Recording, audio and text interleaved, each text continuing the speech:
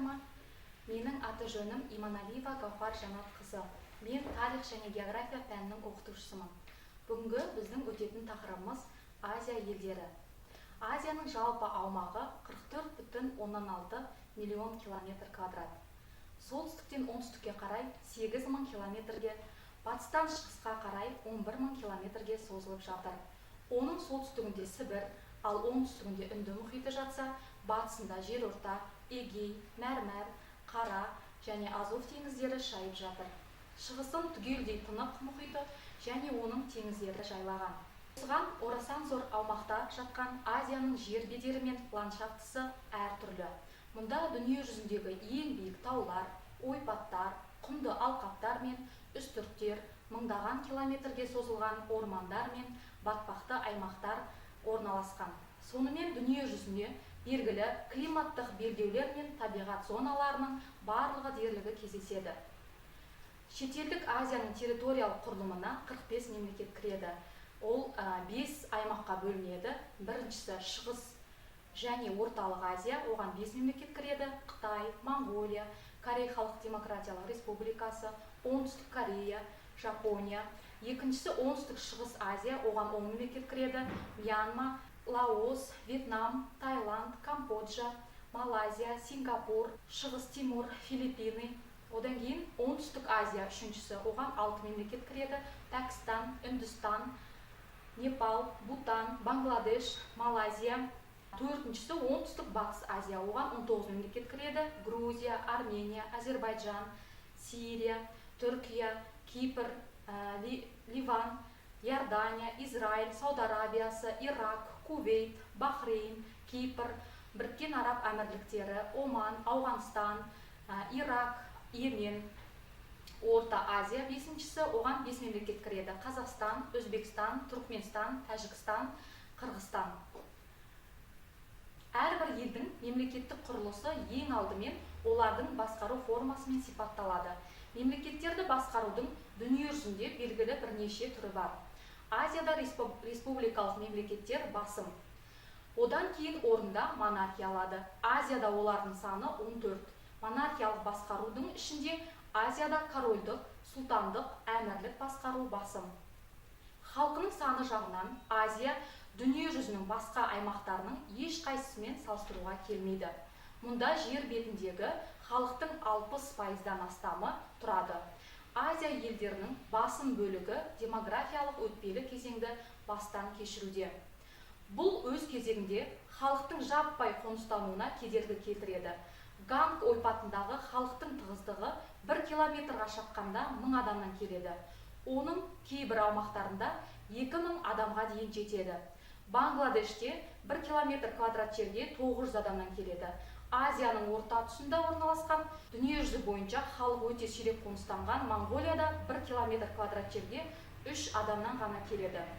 Азияның дамушы елдеріндегі халықтың 1 километр квадратқа шаққандағы орташа тығыздығы 75 адам. Халықтың орналасуы. Халықтың орналасуына басты ықпал ететін урбандалу процесі болып табылады. Бұл аймақтарда халықтың үлесі жоғарғы қарқынмен өсуде. Әсіресе Қытай және Үндістан қала халқының саны бойынша дүние жүзінде бірінші және екінші орынды алады. Азия елдерінің діни құрамы өте күрделі. Оған негізгі себеп дүние жүзіне белгілі ірі 6 діннің 4-еуі осы Азиядан шыққан. Оңтүстік батыс Азиядан шыққан индуизм мен христиан діндері дүние жүзіне тараған. Ислам діні 6-7 ғасырларда Арабия түбегінде қалыптасты. Қазіргі дүние жүзінің барлық жеріне тараған. Олардың жалпы саны 1,2 миллиард адам құрайды. Азия елдерінің көп тараған діндерді атап кететін болсам, ислам діні, буддизм, индуизм, христиан әртүрлі діни ағымдарды айтуға болады. Азия орасан зор табиғат ресурстарына ие. Оның аумағында дүние жүзінде кездесетін табиғат ресурстарының барлық түрлері бар. Әсіресе минералды ресурстардың қоры өте мол. Минералды ресурстардың басым бөлігі геологиялық тұрғыдан Қытай мен Үндістан платформасында шоғырланған. Мұнда тас көмір, мұнай, газ, марганец, темір, тағы басқалары өте көп. Ал Альпі мен Гималай және тынық мұхиттық қатпарлы кеңді белдеулерге түсті және сирек кездесетін металдар тән. Азияның ең басты минералды байлығы болып мұнай саналады. Ол оңтүстік батыс Азия аймағында жатқан Парсы шығанағы өңірінде өте мол. Бұл аймақты дүниежүзі бойынша мұнай қорының 65% және өндірілетін өнімнің 40% шоғырланған. Азияның маңызды минералды ресурстарына сонымен бірге көмір, қалайы, мыс, никель, вольфрам, табиғи күкірт, графит кендері кездеседі. Олардан кейінгі темір мен марганец Қытай мен Үндістанда, хромит Түркістан мен Үндістанда, Қазақстанда және Филиппинде, никель Индонезия мен Қазақстан, Филиппинде, мыс Қытай, Қазақстан, Монғолияда, полиметалл кендері Қытай мен Қазақстанда, сынап Қырғызстанда, алмас Үндістанда және алтын Қытай, Қырғызстан, Өзбекстан кен байлықтарының мол қорлары кездеседі. Азияның дамушы елдерінің ішінде отын энергетика қорлары да бар. Оңтүстік батыс Азия, Қытай және Үндістанда, ал металл кені химия тағы басқа шикізаттар Қытай, Үндістан, Малайзия, Индонезия, Қазақстан және Түркияда шоғырланған.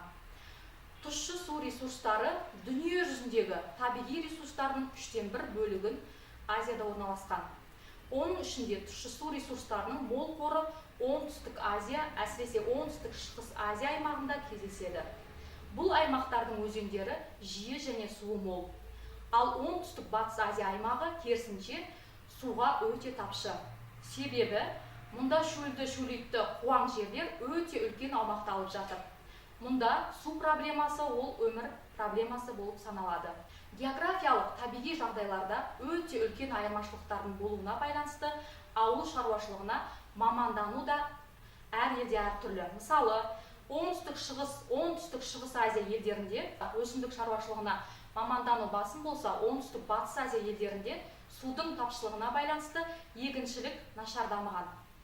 Егіншілікпен айналысу тек жасанды суару жүйесі арқылы жүзеге асырылады. Сондықтан бұл аймақта мал шаруашылығы, оның ішінде көшпелі мал шаруашылығы қалыптасқан. Азияның дамушы елдерінде астық дақылдарының ішінде калориясы жоғары саналатын дақыл күріш маңызды болып саналады. Күріш Оңтүстік Шығыс Азия және Шығыс Азияда көп егіледі. Бұл аймақтарда жұмыс қолының көптігі, ауыл шаруашылығы жерінің жетіспеушілігі байқалады.